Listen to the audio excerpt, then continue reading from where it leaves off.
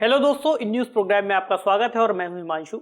हाल ही में आईपीसीसी यानी inter governmental panel on climate change ने अपनी जो 6th असेसमेंट रिपोर्ट है, जो विशेष रूप से जलवायु परिवर्तन, उसके प्रभाव और उसमें शामिल जोखिमों की बात करती है, उसका एक जो दूसरा एडिशन है वह उन्होंने जारी कर दिया है। ऐसे में यह रिपोर्ट बहुत महत्वपूर्ण है हमारे सभी परीक्षाओं के संबंध में। इसके अलावा यदि पेपर 3 के अंतर्गत कोई ऐसा सवाल बनता है जो जलवायु परिवर्तन से संबंधित मुद्दों की बात करे, उसमें आप इस जो रिपोर्ट है उसके बहुत सारे पॉइंट्स को इंक्लूड कर सकते हैं। इसके अलावा जो निबंध वाले विषय हैं, यदि उसमें कोई जलवायु परिवर्तन से संबंधित विषय आता है तो उसमें भी ऐसे तथ्यों को लिखना बहुत ज़्यादा उत्तर की प्रामाणिकता को बढ़ाता है। तो इस लिहाज से भी आज का टॉपिक बहुत महत्वपूर्ण है।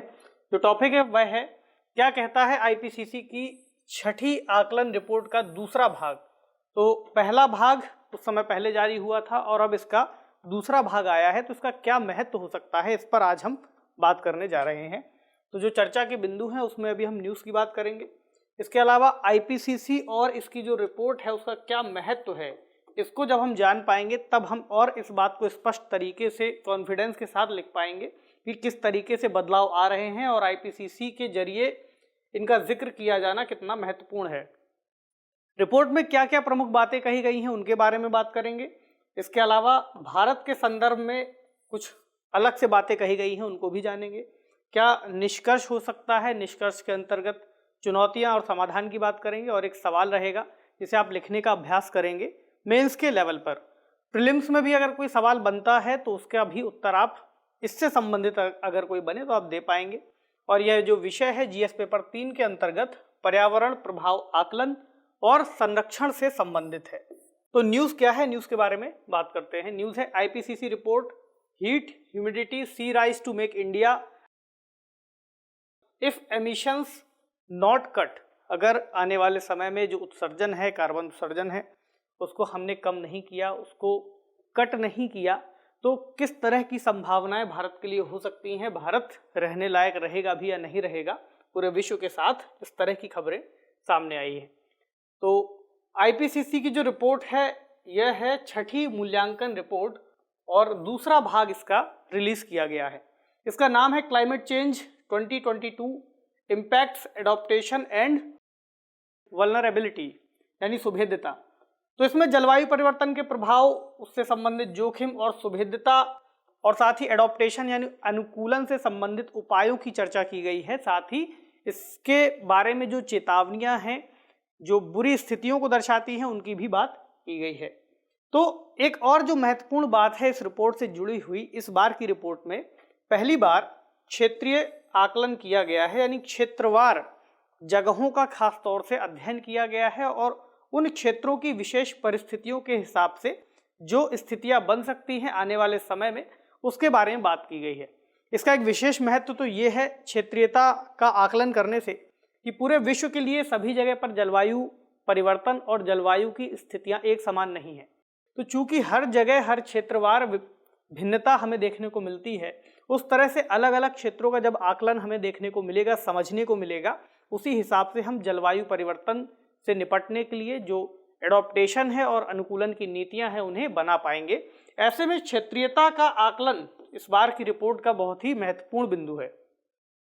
इस बार इसमें कहा गया है कि जो मेगा सिटीज़ हैं उन पर भी फोकस किया गया है। मेगा सिटीज़ में किस तरह के चैलेंजेस आने वाले हैं, क्योंकि जो भी पॉपुलेशन होती है किसी भी कंट्री की, मोस्टली जो शहरी पॉपुलेशन है वह मेगा सिटीज़ की ओर बहुत ज़्यादा डाइवर्ट रहती है, या बहुत ज़्यादा मेगा सिटीज़ अधिक जनसंख्या से संबद्ध होते हैं। ऐसे में उन पर फोकस किया गया है। इसके अलावा आईपीसीसी ने एक बात और कही है कि समुद्र के स्तर में वृद्धि से प्रभावित होने वाली आबादी के मामले में, यानी ऐसा एरिया जो कोस्टल रीजन से संबंधित है, उस मामले में भारत विश्व स्तर पर सबसे कमजोर देशों में से एक है। यानी जब कोस्टल रीजन्स पर इसका प्रभाव पड़ेगा जलवायु परिवर्तन का, तो सबसे ज़्यादा भारत भी प्रभावित होने वाले देशों में से एक होगा। जैसे मुंबई का तट है वह बहुत ज़्यादा सुभेद्य है, गुजरात वाला तट है, इसके अलावा तमिलनाडु, केरल, ये सभी तट जो भी तटीय शहर हैं वो प्रभावित होंगे। अब बात करें आईपीसीसी के बारे में। आईपीसीसी क्या है, इसकी रिपोर्ट का क्या महत्व होता है। तो आईपीसीसी का पूरा नाम है the inter governmental panel on climate change, जो कि संयुक्त राष्ट्र के अंतर्गत एक बॉडी के रूप में कार्य करता है और क्लाइमेट चेंज यानी जलवायु परिवर्तन से संबंधित जो भी वैज्ञानिक आकलन है, वैज्ञानिक तथ्य हैं, उनके बारे में जानकारी देता है। तो इसका जो गठन है वह WMO यानी विश्व मौसम विज्ञान संगठन और संयुक्त राष्ट्र पर्यावरण कार्यक्रम यानी UNEP द्वारा 1988 में किया गया था। ठीक है।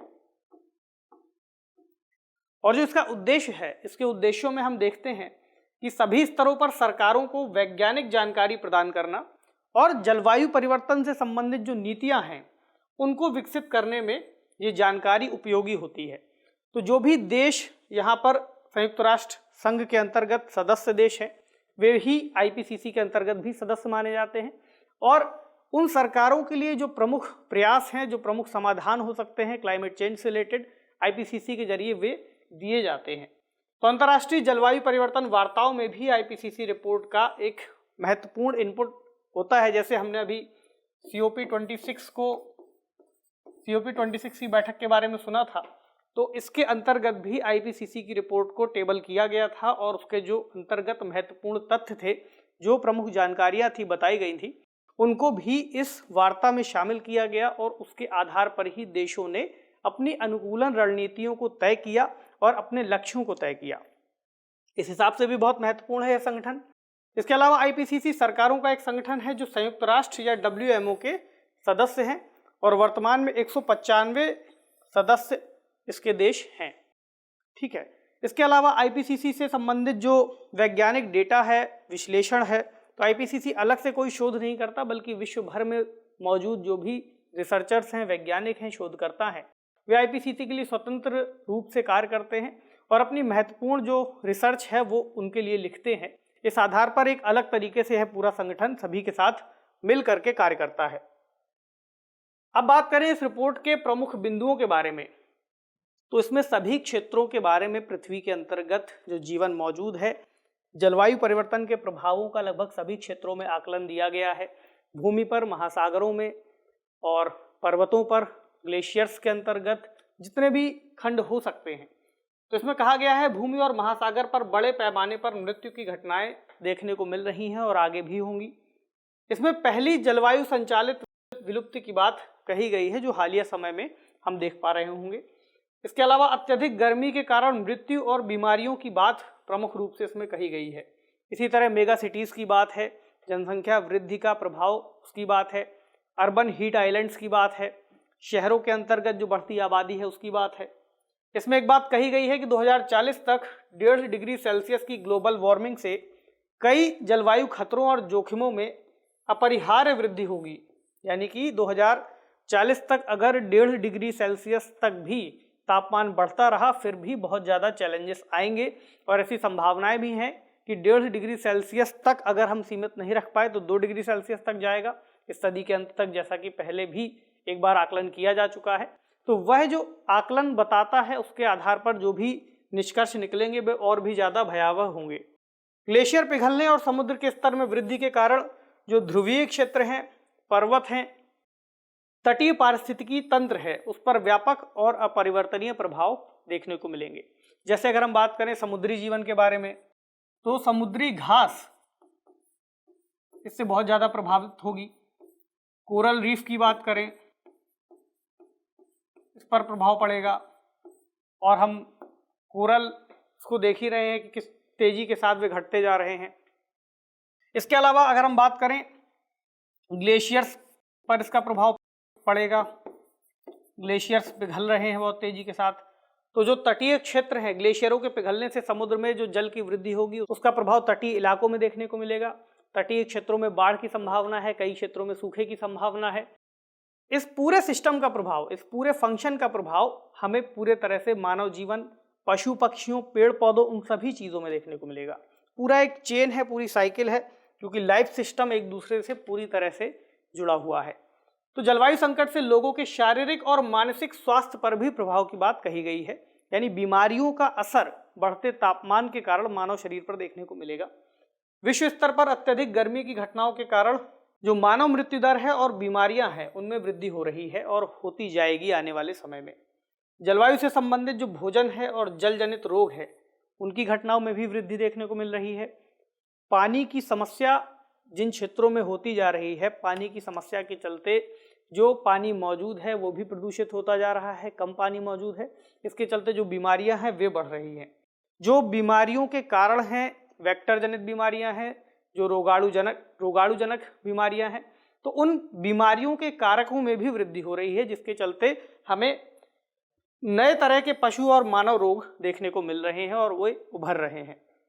इसके अलावा उच्च तापमान, बढ़ी हुई बारिश और बाढ़ ने डायरिया जैसी बीमारियों की घटनाओं को भी बढ़ा दिया है।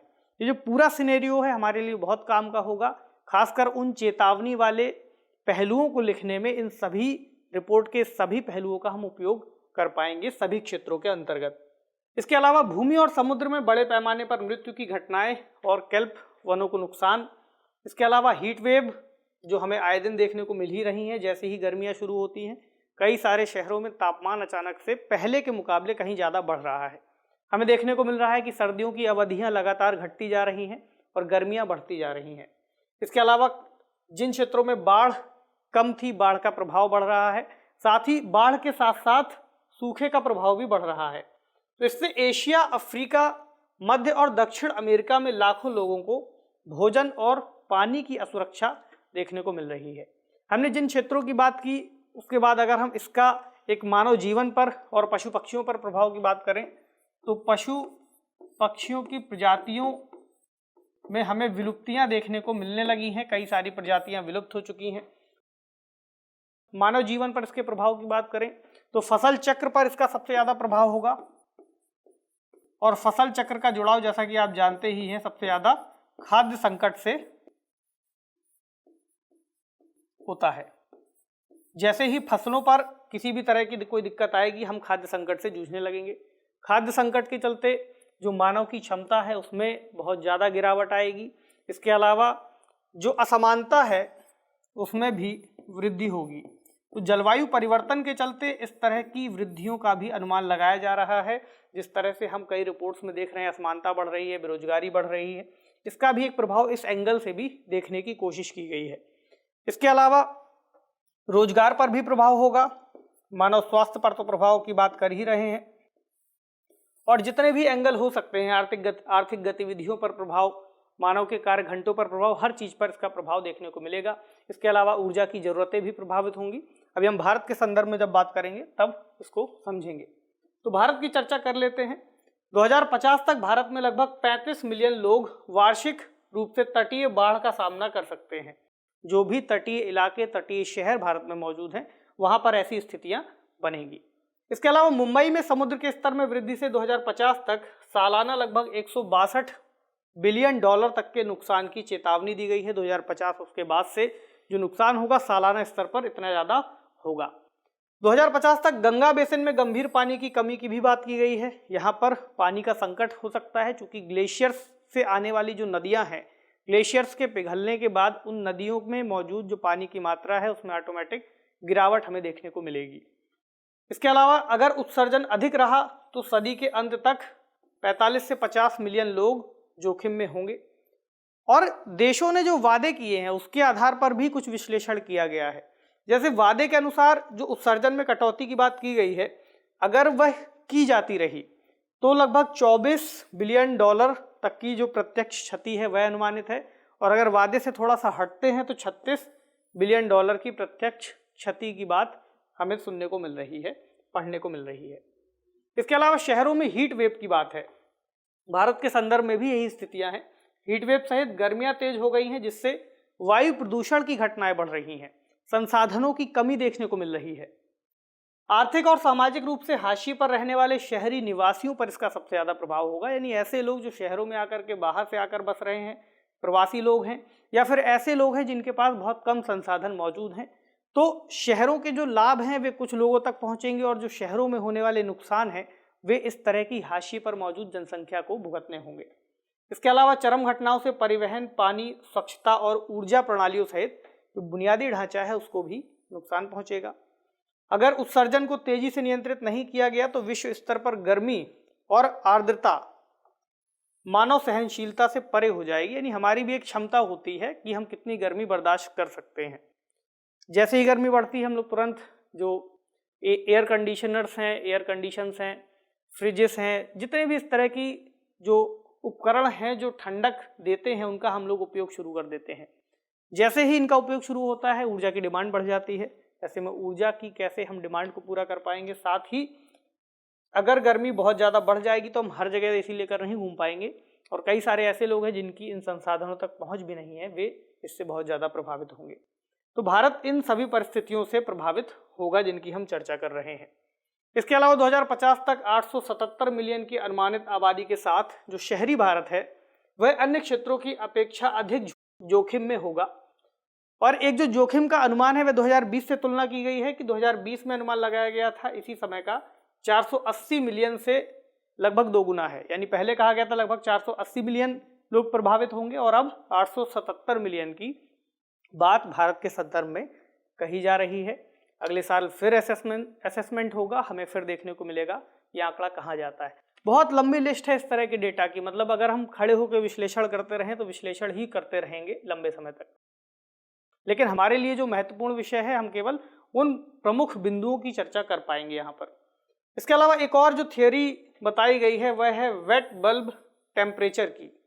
वेट बल्ब टेम्परेचर दरअसल गर्मी और आर्द्रता से संबंधित होता है। ये एक टर्म है जिसका उपयोग आर्द्रता को मापने के अंतर्गत, नमी को मापने के अंतर्गत किया जाता है हवा में मौजूद। अगर हम इसको थोड़ा सा आसान भाषा में समझें तो हम कह सकते हैं कि वह न्यूनतम तापमान जिसके अंतर्गत हवा को ठंडा करने के लिए हम पानी का वाष्पीकरण होता है उस न्यूनतम तापमान पर और कांस्टेंट प्रेशर के अंतर्गत, एक ऐसी स्थिति। तो वेट बल्ब टेम्परेचर को अगर और आसान भाषा में समझे तो हम कह सकते हैं कि हम एक थर्मामीटर का इस्तेमाल अगर करें और थर्मामीटर का जो निचला हिस्सा होता है जो तापमान को मापता है उसमें अगर हम कोई गीली रुई लगा दें तो उसके अंतर्गत जो पानी अंदर मौजूद होगा वह वाष्पीकृत होगा और जो तापमान हमें मिलेगा वह वेट बल्ब टेम्परेचर के लगभग आसपास होगा। इसी तरह जो ड्राई बल्ब टेम्परेचर होता है, ड्राई बल्ब टेम्परेचर उसे कहते हैं जो सामान्य स्थितियों में यानी सामान्य तापमान के अंतर्गत जो तापमान रिकॉर्ड होगा। अब वेट बल्ब टेम्परेचर और ड्राई बल्ब टेम्परेचर के बीच का जो अंतर है उसे ही हवा में मौजूद नमी के अंतर के अनुसार मापा जाता है। बहुत ज़्यादा टेक्निकल नहीं होना है, बस इतना समझ लीजिए कि ये एक ऐसा तापमान है जो अगर 31 डिग्री सेल्सियस हो जाए तो मनुष्य के लिए इसको सहना बहुत असहनीय हो जाता है, और यही अगर 31 डिग्री सेल्सियस से 35 डिग्री सेल्सियस तक पहुंच जाए तो जो स्थितियां बनेंगी उसमें कोई भी स्वस्थ और हट्टा कट्टा मनुष्य भी इसको 6 घंटे से ज़्यादा नहीं झेल पाएगा 35 डिग्री सेल्सियस से अगर ये ज़्यादा होता है। वर्तमान स्थिति ये है देश के अंतर्गत कि अधिकांश हिस्सों में अधिकतम जो वेट बल्ब का तापमान है वह 25 से 30 डिग्री सेल्सियस ही रहता है। लेकिन ऐसा अनुमान लगाया गया है कि अगर हम आने वाले समय में जो हमने उत्सर्जन में कटौती का वादा किया है उस हिसाब से भी कटौती करते हैं तब भी ये तापमान 31 degree Celsius wet bulb temperature तक पहुंच जाएगा। और अगर ये स्थितियां वादे के मुताबिक कटौतियों से थोड़ी अलग रहीं, जो इसकी भी संभावना बहुत ज़्यादा है, तो ये तापमान 35 डिग्री सेल्सियस तक पहुंच जाएगा। उसके बाद जो भी हम लोगों ने शुरुआत से अब तक बात की है मौतों के आंकड़ों की या फिर जीवित रह पाने की, वह बहुत ही ज़्यादा मुश्किल हो जाएगा। तो ये बात भारत के संदर्भ में इस रिपोर्ट में हमें देखने को मिली। निष्कर्ष क्या हो सकता है? पहले चुनौतियों की बात कर लें। सबसे बड़ी बात तो यह है कि एडॉप्टेशन की हम जो बात कर रहे हैं उसमें बहुत अंतराल है। अंतराल कैसे है? अलग अलग क्षेत्रों की स्थितियां अलग अलग हैं, अलग अलग देशों की स्थितियां अलग अलग हैं, तो बहुत ज़्यादा विषमता है। हर क्षेत्र को, हर व्यक्ति को, हर देश को अलग अलग हिसाब से एडॉप्टेशन करना होगा और अपनी स्थितियों के मुताबिक, अपने संसाधनों के मुताबिक इसको अपनाना होगा। तो ये एक बड़ा चैलेंज है।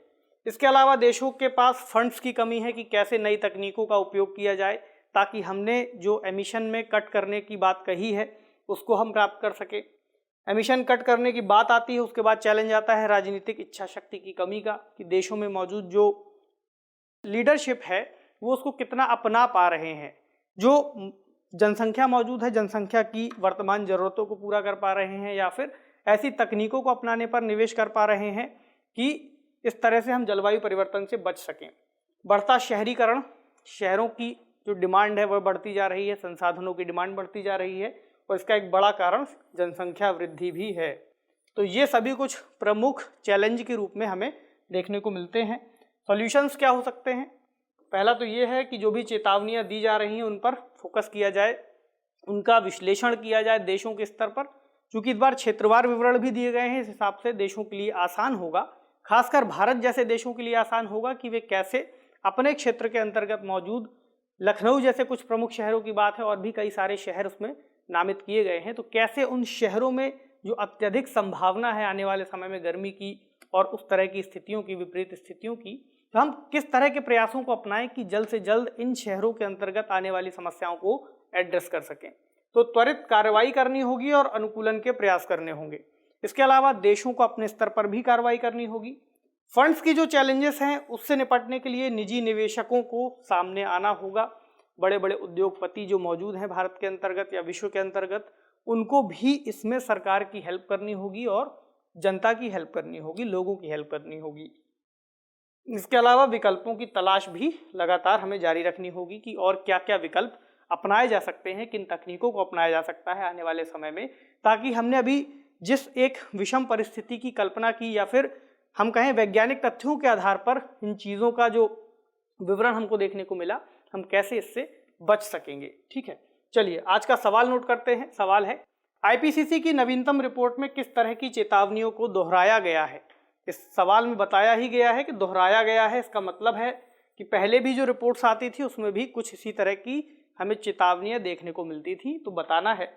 इसके अलावा भारत जैसे विकासशील देशों के लिए यह रिपोर्ट कैसे उपयोगी हो सकती है, वही क्षेत्रवार विवरण की चर्चा आप कर सकते हैं। तो आज का टॉपिक यहीं पर समाप्त करते हैं। आपसे मिलेंगे अगले सेशन में किसी अन्य प्रमुख विषय के साथ। तब तक पढ़ते रहिए, ख्याल रखिए, शुक्रिया।